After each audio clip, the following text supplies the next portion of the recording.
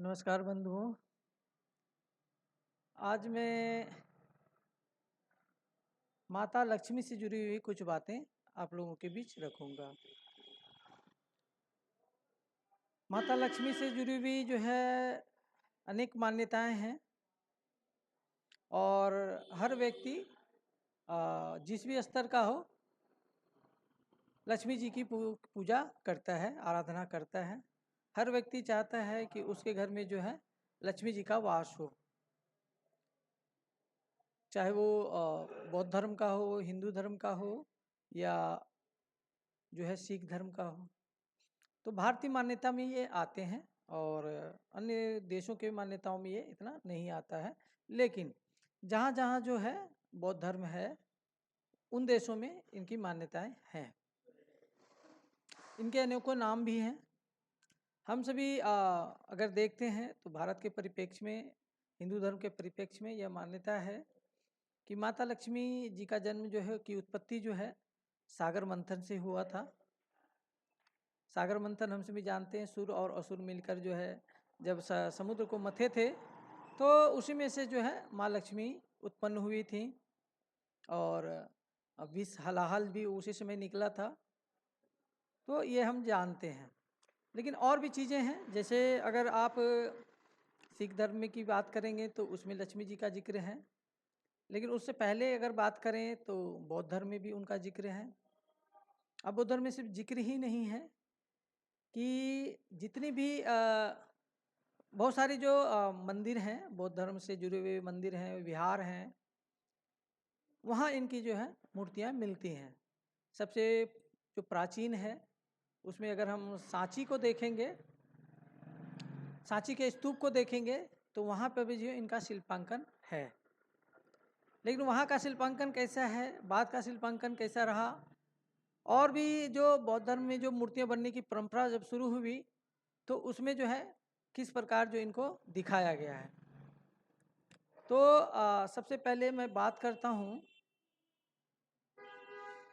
जो मैं भी बात करता हूँ, सबसे पहले मैं बात करता हूँ लुम्बिनी की। लुम्बिनी में जो दर्शाया गया है वहाँ पर जो है माया देवी टेम्पल है। लक्ष्मी जी का एक नाम जो है माया भी है, महामाया भी कहते हैं उनको। तो वह जो है लुम्बिनी में है। लुम्बिनी जो है भगवान बुद्ध की जन्मस्थली है। भगवान बुद्ध का जन्म वहाँ हुआ था और वहाँ जो टेम्पल है जो भगवान बुद्ध की माता के स्मरण में बनाया गया है उसका जो नाम है वो है माया देवी टेम्पल, माया देवी मंदिर है। पूरे भारत में हर जगह जो है लक्ष्मी जी की मूर्तियाँ मिल जाएंगी, मंदिर मिल जाएंगे आपको, चाहे दक्षिण में जाइए, चाहे उत्तर में जाइए या साउथ में जाइए, ईस्ट में जाइए, वेस्ट में जाइए। क्योंकि मान्यता यह है कि लक्ष्मी जी धन की देवी हैं और लक्ष्मी जी के वास जिनके घर में होगा वह धन धान्य से परिपूर्ण होंगे, समृद्ध होंगे, अमीर होंगे। इसलिए गरीब से गरीब व्यक्ति, दीन से दीन व्यक्ति, हीन से हीन व्यक्ति जो है लक्ष्मी जी की आराधना करता है। हमारे घरों में भी जो है भारतीय परंपरा में, समाज में जो है पुत्रियों को लक्ष्मी माना जाता है, बहुओं को लक्ष्मी माना जाता है, स्त्रियों को लक्ष्मी माना जाता है। हम सभी अपने समाज का आकलन जब करेंगे तो ये चीज़ें स्पष्ट रूप से देखने को मिलती हैं। बहुत सारे पूजा त्यौहार भी होते हैं, उसमें भी ऐसा देखने को मिलता है। लेकिन वास्तव में जिस लक्ष्मी की हम बात कर रहे हैं, जिस लक्ष्मी की हम खोज कर रहे हैं, जो लक्ष्मी धन की देवी हैं, वो कौन है? किनको समृद्धि की देवी कहा गया है, किनको समृद्धि की देवी माना गया है? क्योंकि सामान्य रूप से जब हम लक्ष्मी पूजा करते हैं तो बंगाल में खासकर बहुत ज़्यादा लक्ष्मी जी की जो पूजा अक्सर होती रहती है। विभिन्न मतलब हर मास में जो है, हर महीने जो है लक्ष्मी जी की पूजा होती है। वहाँ उनको जो है लक्खी देवी कहते हैं, लक्खी देवी, या हमारे यहाँ तो लछिया भी कहते हैं। बिहार में कुछ इलाके जो हैं, जैसे हमारा पूर्वी बिहार है तो कटिहार, जिस क्षेत्र का मैं आता हूँ, सीमांचल कटिहार, तो उस क्षेत्र में जो है उनको लक्ष्मी जी को लछिया कहा जाता है और बंगाल में लक्खी कहा जाता है। ठीक है। तो और भी नाम हैं इनके, महामाया, प्रकृति, अशोका भी नाम है। अशोका इसलिए नाम है कि जो शोक से हमें राहत देती हैं, शोक से बाहर करती हैं। अशोका इसलिए उनका नाम है। बुद्धिमता भी उनका नाम है, भुवनेश्वरी, कमला, पद्मा। और अगर हम तिब्बत की बात करें तो उन्हें डोलमा कहा जाता है, ग्योलमा। तो इस प्रकार जो है यह है। और अन्य भी बहुत सारे नाम जो हैं संस्कृत भाषा में, हिंदी भाषा में उनके लिए रखे गए हैं, बहुत तरह के नाम हैं उनके। लेकिन मुख्य रूप से जो बात है कि वो लक्ष्मी जी जो है धन की देवी हैं, और धन जिनके पास आएगा तो वो समृद्धि की देवी हैं। जिसके पास धन आएगा तो वो समृद्ध होगा, अमीर होगा, धन दान से परिपूर्ण होगा। धन और धान्य, धन यानी मुद्रा से, और धान्य यानी भोज्य पदार्थों से, यानी भोजन की सामग्रियों से। एक चीज़ और, हम सभी गाय को, गौ माता को जो है लक्ष्मी जी मानते हैं, उनका पूजन करते हैं। और गाय के माना जाता है कि कहावत भी है कि गाय के गोबर में क्या है, लक्ष्मी जी का वास होता है।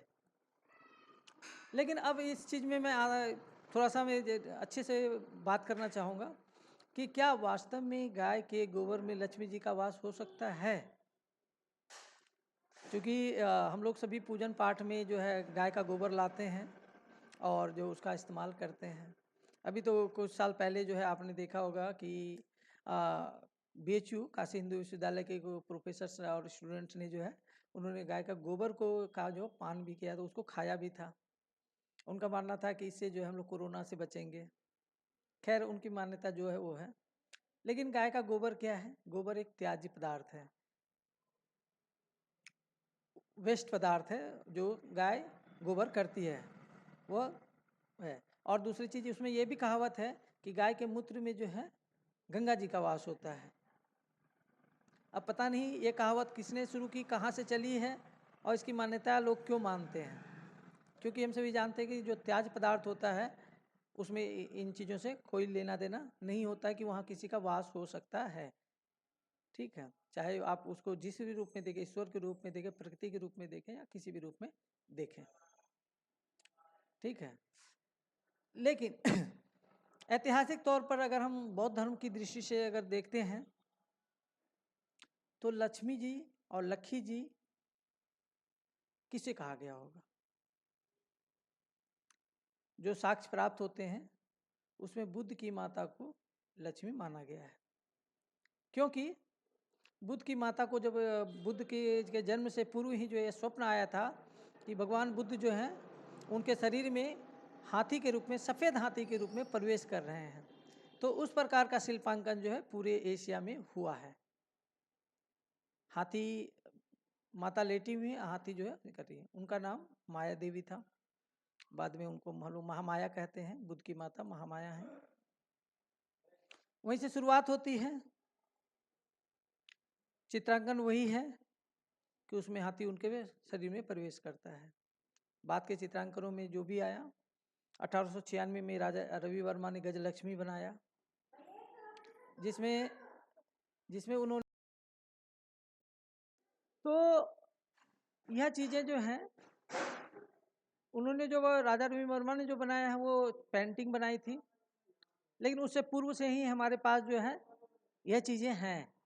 और ख़ासकर वैसी जगहों पे ज़्यादा आपको देखने को मिलेगा, या तो जो बौद्ध विहार हैं, या बौद्ध स्तूप हैं, या बुद्ध मंदिर है। यह प्राचीन काल से ही आपको देखने को मिलेगा। चाहे आप अशोककालीन चले जाइए, गांधार कालीन चले जाइए, या उसके बाद के जो है शुंग वंश को जाइए, या गुप्त काल को चले जाइए। इन सब में जो इनका शिल्पांकन है, चित्रांकन है, आपको किसी भी मंदिर जाएंगे, पुराने जितने भी बौद्ध मंदिर विहार होंगे वहाँ पे आपको देखने को मिलता है। सबसे जो आपने जो मैंने भी बात रखी माया देवी टेम्पल, वो भी जो है लुम्बिनी नेपाल में है। वहाँ मैं गया हूँ। और वहाँ के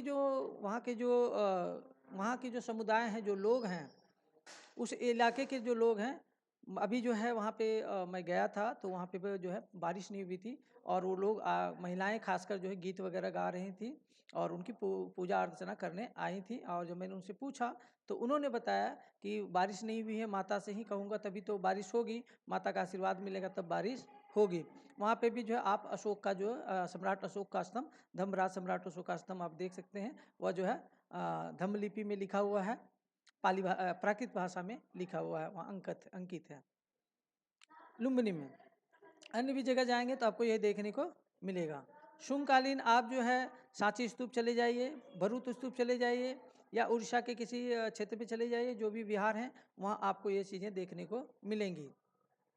तो इसलिए मैं यही कहना चाह रहा हूँ कि एक प्रसिद्ध व्यक्तित्व को, एक ऐतिहासिक व्यक्तित्व को किस प्रकार धूमिल किया जाता है, यह कह करके लोगों ने जो है हमें बताया कि गाय में जो है गोबर में लक्ष्मी जी का वास होता है, गाय के मूत्र में जो है गंगा जी का वास होता है।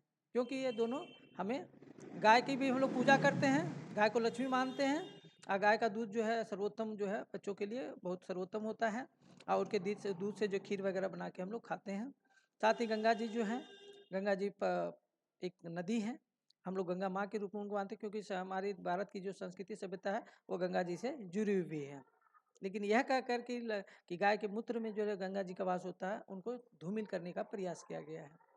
और दूसरा, गाय के गोबर में लक्ष्मी जी का वास होता है, यह कह के जो है, जो बुद्ध की माता हैं, जिनको वास्तव रूप में लक्ष्मी जी का लक्ष्मी माता कहा जाता है, जिसको लक्ष्मी देवी कहा जाता है, उसको, उसके चरित्र को जो है धूमिल करने का प्रयास किया गया है।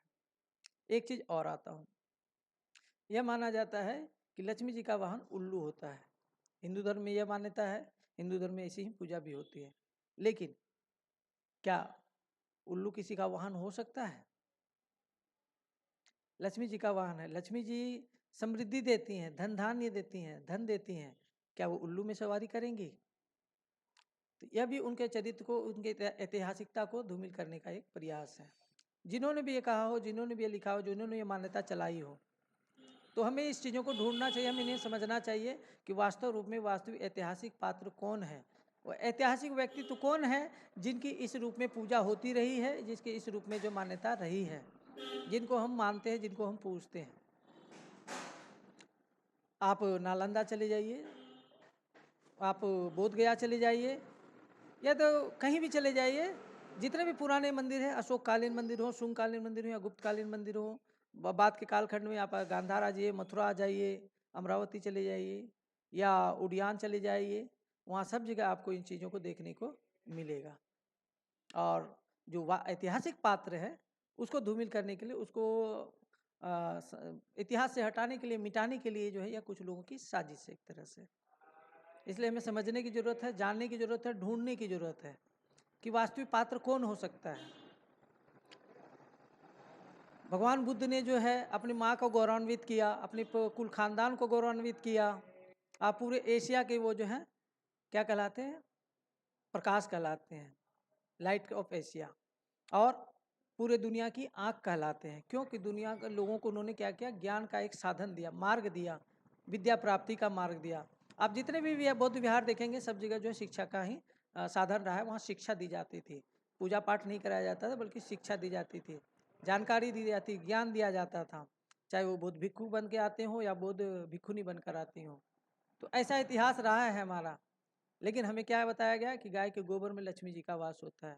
हम गोबर में लक्ष्मी जी को ढूंढ रहे हैं, और हमारी लक्ष्मी क्या है? जो विद्या से प्राप्त होती है, जो हमारी मेहनत से प्राप्त होनी है, उससे हमें दूर किया जाता है। और हम जो जिस भगवान बुद्ध की माता को हम लोग लक्ष्मी जी के रूप में पूजते हैं, महामाया के रूप में पूजते हैं, जिनको मान्यता है, जो ऐतिहासिक पात्र हैं, उनको जो है उनके उनके चरित्र को ही गायब कर दिया जा रहा है।